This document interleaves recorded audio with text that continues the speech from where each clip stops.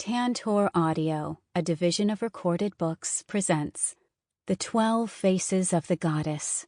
Transform your life with astrology, magic, and the sacred feminine. By Danielle Blackwood. Narrated by Leslie Howard. Preface. The Call of the Mysteries. The mysteries have always called to me. I grew up in a small West Coast island village, and they whispered from the shadows of the deep green forest I had to pass through on my way to school. I could hear them from my bed at night, crashing up on the wild Pacific shore with a cadence that made my heart ache.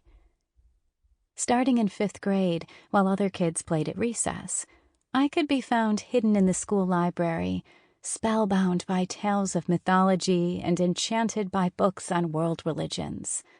When I was 13, I happened upon a paperback copy of Waite's The Pictorial Key to the Tarot in a free book bin in the library. I was entranced by the enigmatic images, and I knew intuitively I had opened a door that would lead to the path I didn't even know I was searching for. We were not lucky enough in our small town to have anywhere that sold actual tarot cards, so I carefully cut the black and white illustrations out of the book one by one and created my very first deck. I studied the pictures for hours, locked in my room, mesmerized by the mysterious symbols and the flood of impressions that arose from them. Whenever I left my room, I would hide my makeshift cards under a corner of rug I pulled up from the floor of my closet, carefully positioning a pair of shoes on top. Instinctively, I knew my conservative parents would not approve. Thus began my lifelong study of the esoteric. When I ran away from home to the big city at 17, I found to my absolute amazement that there was much more to be discovered. Soon after landing in Vancouver, British Columbia, I found my way to Banyan Books, a veritable wonderland of books, crystals, tarot cards, and all manner of magical talismans waiting to be revealed. Wide-eyed and breathless, I put my money on the counter and, feeling like an initiate come to the foot of the temple, reverently purchased my first metaphysical books, The Inner Sky, The Spiral Dance, and Positive Magic. And, as luck would have it, while leaving the shop laden with my new treasures, I noticed a community bulletin board advertising astrology classes. I was home. Although it's an understatement, life in the Big Smoke as a teenage runaway was less than idyllic.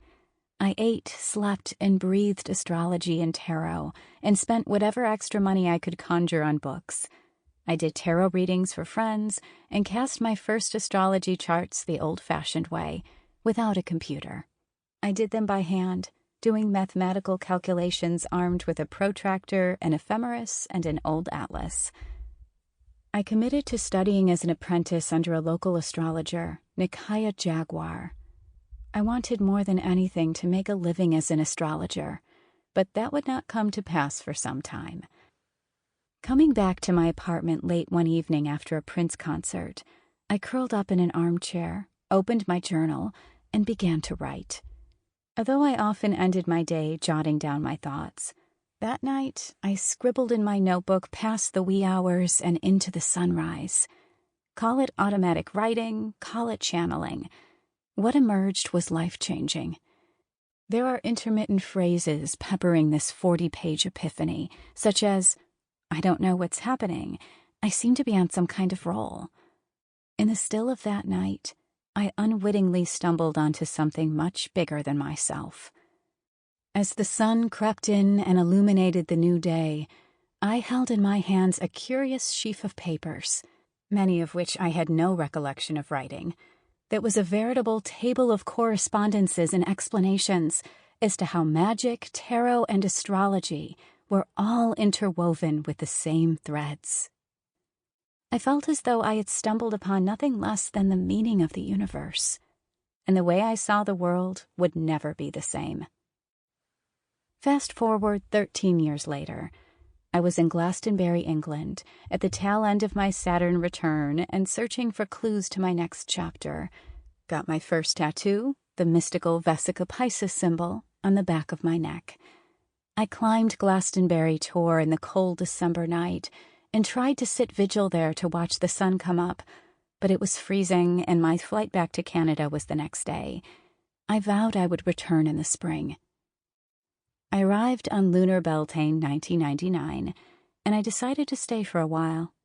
It was like I had stepped into the land of fairy. It could have been 1,000 years ago. The memories of that time are elusive, ephemeral, and numinous. Scenes dance through my head, climbing up the back of the Tor in the dark, laughing, falling into a patch of stinging nettle, and finally, tucked in under the full moon, sitting atop the mystical eggstone with the fairy tree looking on, cupping my hands and drinking the healing waters from the red and white springs, studying for hours in the library of Avalon, sitting before sunrise on the side of Glastonbury Tor, to turn around and see that the tower had disappeared, just like before the Christians got here. Initiation. Betrayal that shook me to my foundations. Spherical twin rainbows over the chalice well. Tying ribbons on an ancient tree at a baby naming ceremony on Solstice Eve. Falling on my knees in the abandoned abbey. Straying into the other world. Somehow, I eventually extricated myself from this land where time ran so differently. I went back to my world, but I left a piece of myself there and brought a little bit of fairy back with me, tucked in a hidden corner of my big red backpack. And, as many do if they find their way out of the realm of the Fae, I returned with a slight touch of madness. I began writing, painting, creating ritual, anything to try to translate that mystical rite of passage. I picked up my academic career, which had been interrupted all those years ago as a teenage runaway, and enrolled in university. It has been years since I last set foot on that distant shore, and it has taken many moons, many pathworkings, and endless conversations to integrate the experience. I still dream of it. And so here I am, 2018.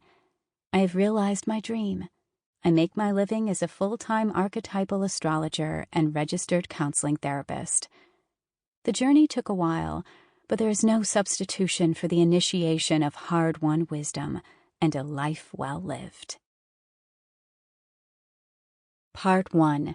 Astrology and Magic. A sacred marriage between heaven and earth. Astrology and magic are woven from the same threads. The more you learn about one, the more you will intuitively understand about the other.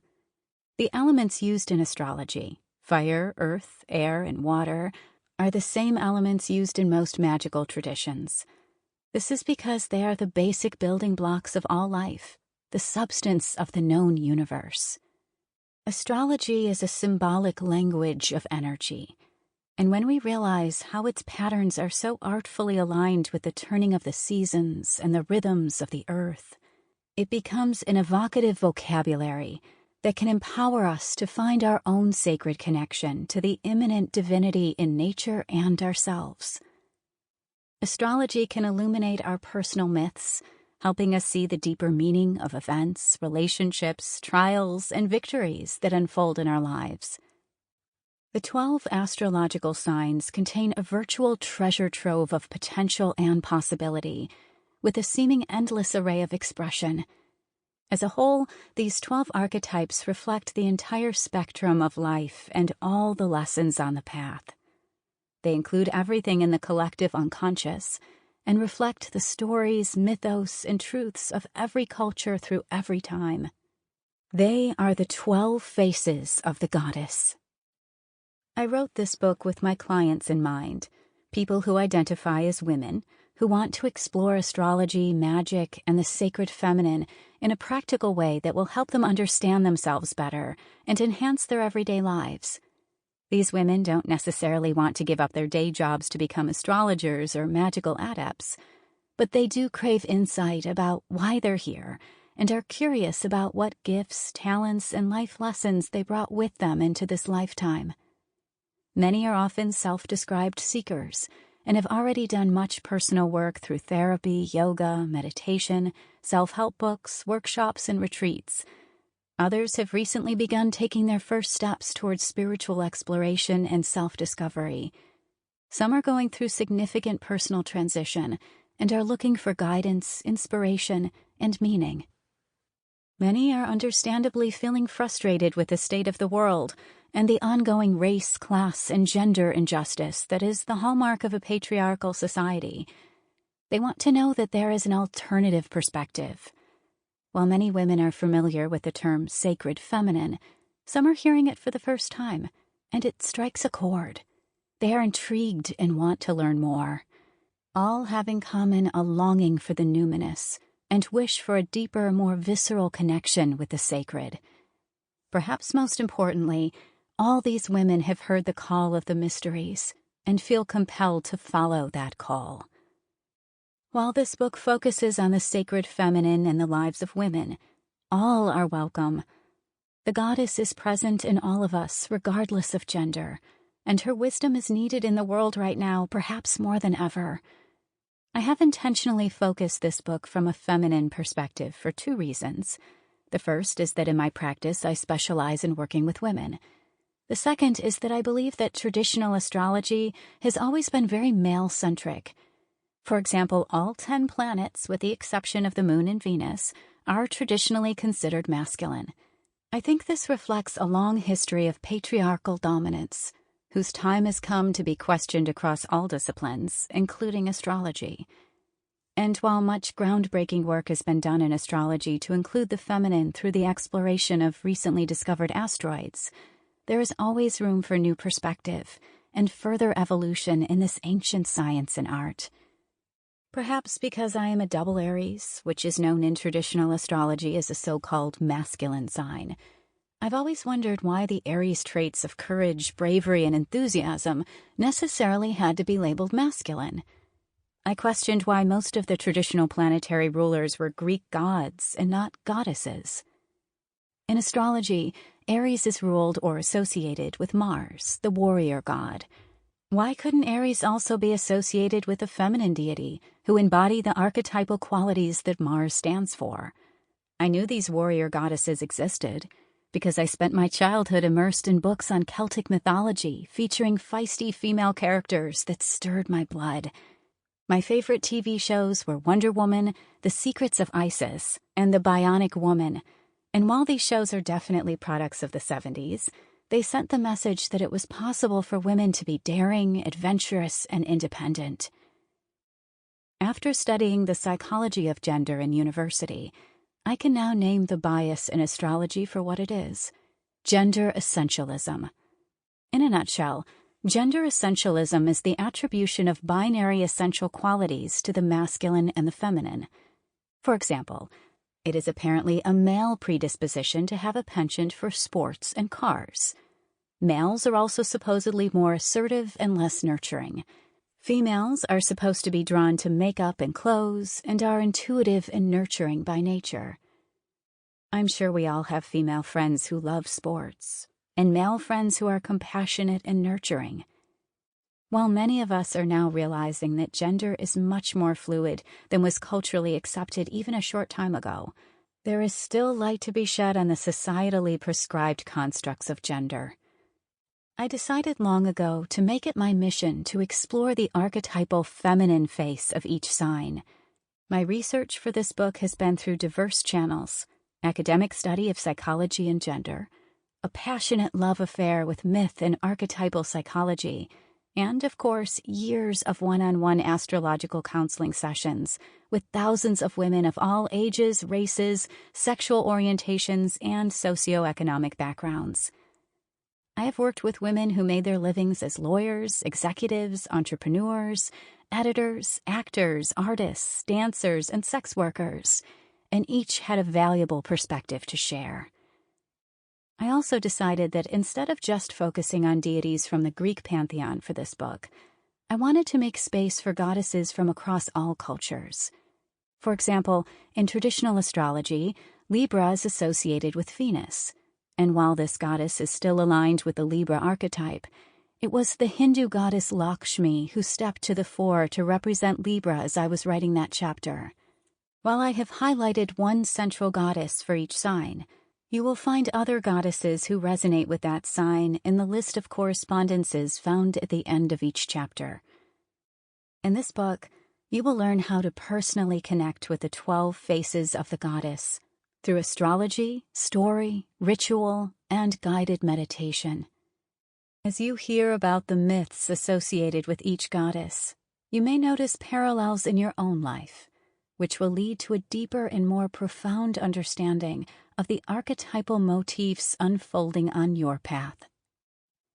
It is my hope that in recognizing the mythological themes in your story, you will be inspired to new levels of self-awareness and personal empowerment, as well as gain a renewed sense of realization that your life is a sacred journey, with you as the protagonist. How to work with this book. First, if you don't already have a copy of your birth chart, I highly recommend getting one, so you can get to know yourself at a deeper level than you ever imagined possible. Your birth chart is absolutely unique to you, like a fingerprint. No two have ever been exactly alike, and no one will ever have the same birth chart again. Your chart is a blueprint of your psyche, a map of your soul, and it contains detailed information about why you're here, your life lessons, and your gifts.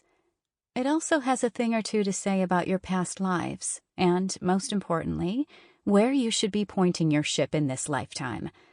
It is a map of your unique journey and can show you what steps to take next and what direction to follow when you find yourself at a crossroads. You can think of your birth chart like this. At the moment you took your first breath, from the perspective of the time and place you were born, someone was able to take a picture of the heavens that shows exactly where all the planets were positioned in relation to the Earth. As psychologist Carl Jung explained, the starry vault of heaven is in truth the open book of cosmic projection, in which are reflected the mythologems, that is, the archetypes. In this vision, astrology and alchemy, the two classical functionaries of the psychology of the collective unconscious, join hands.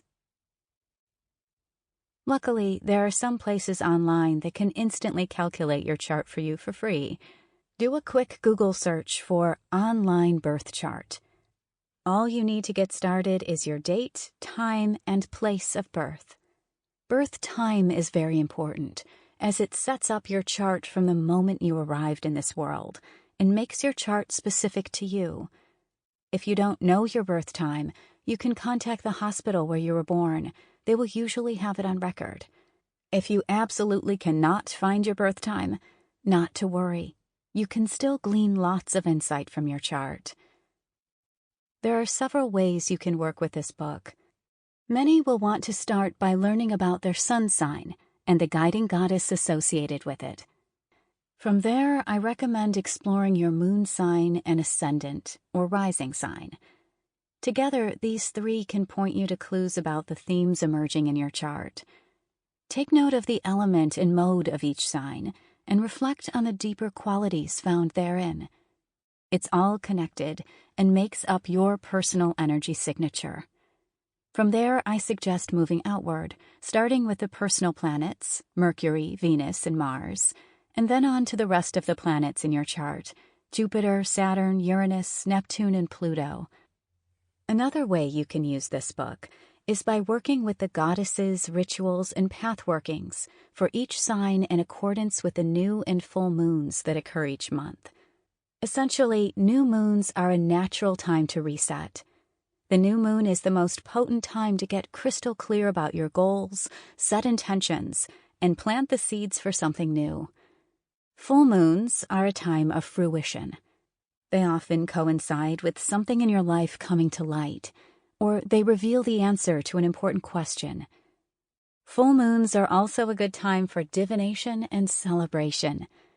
A powerful way to align with the energy of either the new or full moon is to find out what sign and degree the moon will be in, and then find that point in your chart. To find out what sign or phase the moon is in on a given day, consult an astrological day planner, such as Llewellyn's Astrological Pocket Planner. Let's say you can see that the next new moon will be at 2 degrees Virgo. First, look at the outer circle of your chart and find the Virgo symbol. Many charts include a legend, so you can easily find the symbols for each sign if you are new to astrology. Starting at your rising sign, which will be on the left, 9 if you are looking at a clock, and moving in a counterclockwise direction, find 2 degrees of Virgo in your chart. The house you will find at 2 degrees of Virgo is where the next new moon will fall in your chart, thus highlighting the themes of that house or life area and showing you where you can best focus your seedling intentions. Although the energy of the moon is most potent when it is in either its new or full phase, you can still align with the energies of the moon when it is in each sign, regardless of what phase it's in. The moon changes signs approximately every 2.5 days and goes through all 12 signs in 1 month. For example, you may feel the need to work on setting stronger personal boundaries and want to do the Aries pathworking stand your ground. But the moon will be neither new nor full in Aries for months. You don't have to wait. You can give your ritual or pathworking an extra boost by checking when the moon will next be in Aries this month. An additional way to work with this book, anytime you need some insight, is to take a deep, grounding breath and ask, what do I need to know right now? Open the book to whatever page it falls on, and tune in from there by reflecting on how this information currently pertains to your life. If you feel intuitively that any of the rituals or pathworkings will be of benefit to you now, you may proceed regardless of the sign the moon is currently in. Trust your intuition. What exactly is an archetype? The term archetype originated in ancient Greece, but psychologist Carl Jung pioneered the contemporary concept of archetypes in his work on the human psyche. He posited that mythic patterns, images, or characters symbolically exist in the collective unconscious, and an understanding of how these patterns arise in our lives can bring personal insight, empowerment, and self-knowledge. Archetypes are recurring symbols found in dreams, literature, art, mythology, religion, and story. Some common examples include the queen, the great mother, the hero, the warrior, the trickster, the wise elder, and the wild woman. However, while these are some of the more well-known archetypal symbols, it is important to note that there is no finite or exhaustive list of archetypes. Cross-cultural deities and characters of folk and fairy tales are also often archetypal figures. The elements fire, earth, air, and water have archetypal dimensions, as do the river, the ocean, and the world tree. The shaman, the witch, the wise woman, and the sacred prostitute are all archetypes, as are the 12 signs of the zodiac. Throughout this book, I mentioned the hero's journey, an archetypal motif that originates in The Hero with 1,000 Faces, the seminal work on comparative mythology by Joseph Campbell. In his highly influential book, Campbell illustrates the archetypal journey of the hero and posits that all major world myths throughout history follow a basic structure, which he calls the monomyth. Since its first publication in 1949, the stages of the hero's journey and The Hero with 1,000 Faces have influenced the works of countless authors, artists, poets, screenwriters, and therapists. There are 17 stages in Campbell's hero's journey, which are broken down into 3 main sections: departure, initiation, and return. Not all myths include all 17 stages, and they are not always in the order Campbell lays out. Correspondingly, our personal individuation does not always contain all 17 stages, or necessarily follow them in sequential order. However, the basic structural motif of departure, initiation, and return does seem to play out through the stories of our lives. In the departure part of the story, the hero receives a call to go on a quest of some sort, the call to adventure. The hero is often reluctant at first, but a mentor figure usually appears to help him get his foot out the door. In the initiation, the hero leaves his known world and faces trials, tasks, and obstacles, the road of trials. The hero may go this part of the journey alone or receive the assistance of helpers along the way. Eventually, the hero reaches the pinnacle or main crisis of the story and must overcome the ultimate enemy or obstacle. In doing so, he receives the reward, treasure, or, as Campbell calls it, the boon. The hero must once again cross back into the previously known world with treasure in hand. The hero may be reluctant or challenged in crossing the threshold and may need assistance to make it back to the ordinary world. In this return part of the story, the hero returns to the ordinary world, the crossing of the return threshold, with the treasure that will be of use to his community. The hero is transformed by the adventure and has gained hard-won spiritual wisdom of himself and the nature of both worlds, master of the two worlds. Here are the 17 stages of Campbell's hero's journey. Departure. 1. The call to adventure. 2. Refusal of the call. 3. Supernatural aid. 4. The crossing of the first threshold. 5. The belly of the whale. Initiation. 1. The road of trials. 2. The meeting with the goddess. 3. Woman as the temptress. 4. Atonement with the father. 5. Apotheosis. 6. The ultimate boon. Return. 1. Refusal of the return. 2. The magic flight. 3. Rescue from without. 4. The crossing of the return threshold. 5. Master of the two worlds. 6. Freedom to live. Just as the stages of Campbell's hero's journey echo throughout world myth, they also have correspondences with the soul's spiritual journey through the 12 signs of the zodiac. And while the stages of the hero's journey do not correspond exactly in order with the 12 signs, they are a useful way of engaging with and understanding the different stages of our own individuation. What is archetypal astrology? Archetypal astrology, also known as psychological astrology, focuses on the archetypes arising from your birth chart. In archetypal astrology, we dive into your birth chart and see the mythic perspectives that illuminate your potential, shine light on your unconscious patterns, and help you gain deeper wisdom on your journey. I like to blend archetypal astrology with evolutionary astrology, which focuses on the evolutionary unfolding of the soul throughout myriad lifetimes. I find combining these two approaches focuses on personal growth and is a deeply effective path to embracing the themes of one's life from an archetypal perspective. What is the shadow? You will hear me talk about the shadow throughout this book. Every sign and every person has a shadow side. According to Jung, the shadow is the part of the unconscious where disowned fragments of the self reside. Any aspects of our personality that we have felt the need to deny get relegated to the shadow.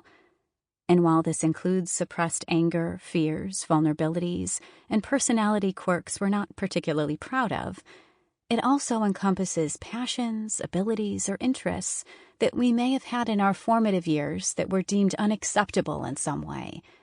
Our unique sense of self and personal power may also be hidden in the shadow. Maybe when you were growing up, it wasn't safe for you to speak your truth, stand up for yourself, or express your needs. You may have learned to internalize these feelings as a survival mechanism.